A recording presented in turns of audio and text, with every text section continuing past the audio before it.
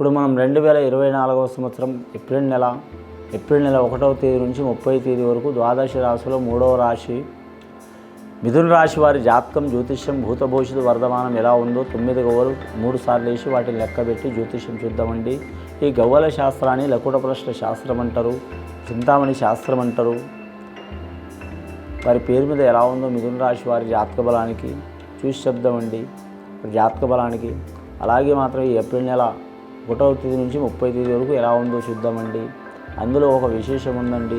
April నెల 8వ తేదీ ఘడియల మాత్రం కరెక్ట్ మాత్రం చాలా వరకు మాత్రం నూతన సంవత్సరం ఉగాది క్రోధినామ సంవత్సరం వస్తుంది.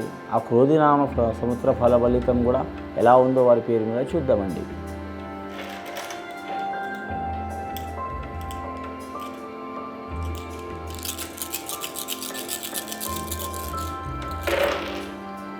మిథున రాశి వారి పేరు మీద మాత్రం గవ్వలు వేసినామండి. 7 గవ్వలు పడ్డాయి. సప్త స్వరాలు, సప్త రాగాలు, ముఖ్యంగా మాత్రం సప్త సముద్రాలు, సప్త మహారుషులు, సప్త అడుగులు, సప్త పదులు, సప్త సముద్రాలు, సప్త లోకాలు, సప్త వింతలు, 7 కొండల స్వామి, చాలా వరకు శుభప్రదమైన గవ్వలు పడ్డాయి మిథున రాశి వారి జాతకానికి. కాకపోతే వీరి జాతకంలో చూడాలంటే కానీ మాత్రం కేతు మహారదశ పడ్డదండి.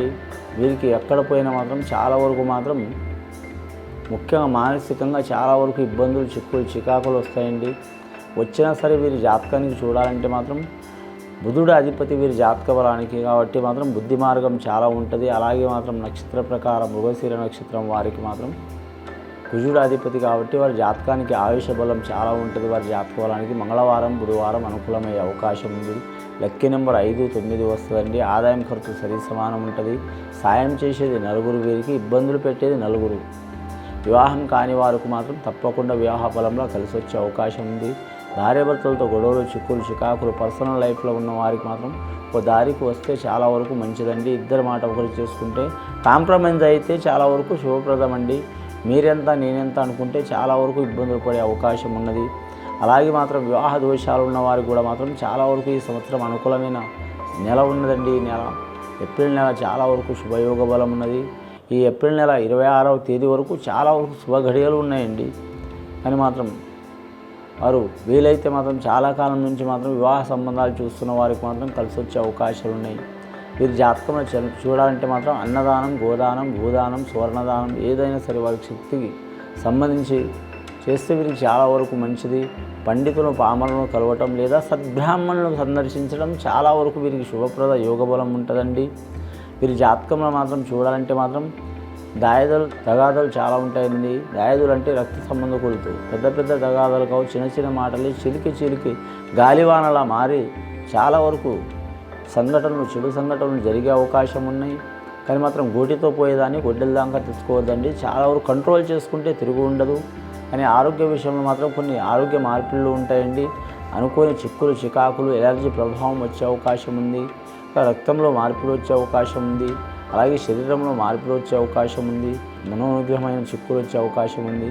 ఇవన్నీ పోవాలంటే మాత్రం వీరు ఖచ్చితంగా మాత్రం సుబ్రహ్మణ్యేశ్వర స్వామిని పూజ చేయటం, కుమారస్వామిని పూజ చేయటం, అలాగే మాత్రం ఆరోగ్యకారకుడు ఖచ్చితంగా మాత్రం ఆ విష్ణుమూర్తి, మోక్షకారకుడు విష్ణుమూర్తిని సందర్శించడం చాలా వరకు మంచిదండి. రెండవసారి గవ్వలేసి చూద్దామండి.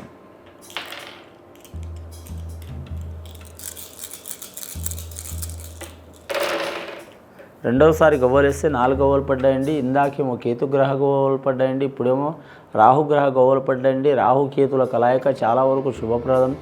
వీరి జాతకంలో మాత్రం చూడాలంటే మాత్రం గవర్నమెంట్ ఉద్యోగస్తులకు ఎలా ఉంటుందంటే అండి, కొందరికి మాత్రం ఇలా అంటే మీరు అపార్థం చేసుకోవద్దు. కొందరికి తల రకంగా నడుస్తుంది, కొందరికి తోక రకంగా నడుస్తుందండి. తల రకంగా అంటే మాత్రం మనసు అనేది మాత్రం ఒకటి చేయాలనిపిస్తుంది, కానీ మనసులు అనేది ఇంకోటి చేపిస్తారు. కాబట్టి వీరి జాతక బలం మాత్రం చేసే వృత్తి కాడ పని ఒత్తిడి అధికంగా ఉంటుందండి వీరి జాతక బలానికి.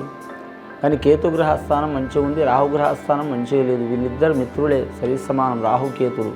కానీ కాకపోయినా వీరి జాతక బలానికి మాత్రం మోక్షకారకుడు కరెక్ట్ మాత్రం రాహుగ్రహం అండి. అమ్మవారికి పూజ చేయాలి. మంగళవారం రోజు, శుక్రవారం రోజు రాహుకాలం ఘడియలో మాత్రం అమ్మవారికి పూజ చేయటం. స్త్రీలు, పురుషులు ఎవరైనా సరే పసుపు, కుంకుమలు, ఇక శ్వాసను పూజ చేయటం, చాలా వరకు మాత్రం ముత్తైదువులు ఎలా పూజ చేస్తారో వారితో పాటు మగవారు కూడా ఉండి 11 మంది కానీ 5 మంది కానీ 21 మంది కానీ వీలైతే 51 మంది కూడా చేయొచ్చు. చాలా వరకు శుభబలం యోగబలం కలిసి వస్తుందండి.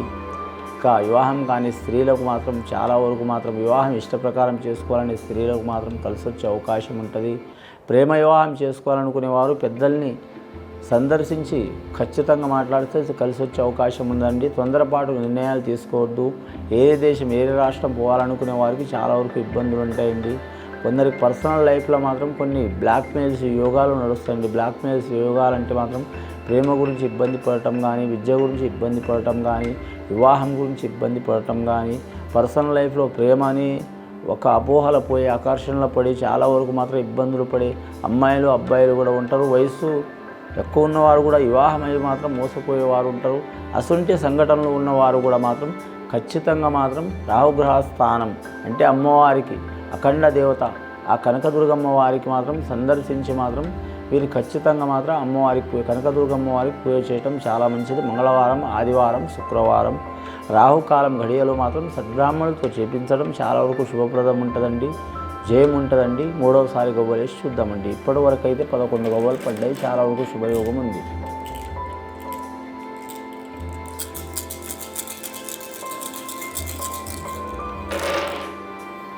రెండు గవ్వలు పడ్డాయండి వీరి జాతక బలానికి. లాస్ట్కు చంద్రమహారదర్శ గవ్వలు పడ్డాయి వీరి జాతక బలానికి. ఇందులో అర్థం ఏముందంటే అండి, కేతుకు చంద్రుడికి మిత్రస్థానం ఉంటుంది, కానీ రాహుకు చంద్రుడికి మిత్రస్థానం ఉండదండి. రాహుకు చంద్రుడికి సూర్యుడికి మిత్రస్థానం ఉండదు. అంటే వీరి చేతులారా వీరి జీవితం నష్టం చేసుకునే అవకాశాలు చాలా వరకు ఉంటాయి. కాబట్టి బాలలు, బాలికలు, పెద్దవారు కూడా ఒక్కోసారి మనోవైకల్యంతో మానసిక బాధలతో మాత్రం చాలా వరకు మాత్రం తొందరపాటు నిర్ణయాలు తీసుకుంటారండి. డబ్బు నష్టం చేసుకోవడం మూలంగా కానీ, పర్సనల్ లైఫ్ మూలంగా కానీ, విద్యాపరంగా మూలంగా కానీ, లేదా మాత్రం స్త్రీలతో మోసపోవడం కానీ, లేదా స్త్రీలే పురుషులతో మోసపోవడం కానీ, లేదా అత్తమామలతో ఇబ్బందులు పడ్డవారు కానీ, తల్లిదండ్రులతో ఇబ్బందులు పడ్డవారు కానీ, లేక చదువు విషయంలో ఒత్తిడి ఉన్నవారు కానీ, మానసిక వేదనలు కానీ. ఇప్పుడు ప్రపంచంలో చెప్పాలంటే మాత్రం 100కి మాత్రం 70% మానసిక చిక్కులు చాలా వరకు ఉన్నాయండి. వాటిని తట్టుకునేవారు 50% ఉన్నారు, తట్టుకోనివారు 50% ఉన్నారు. ఇట్లా చాలా వరకు మాత్రం చేతులారా ప్రాణం మీద తెచ్చుకునే అవకాశాలు చాలా ఉంటాయి.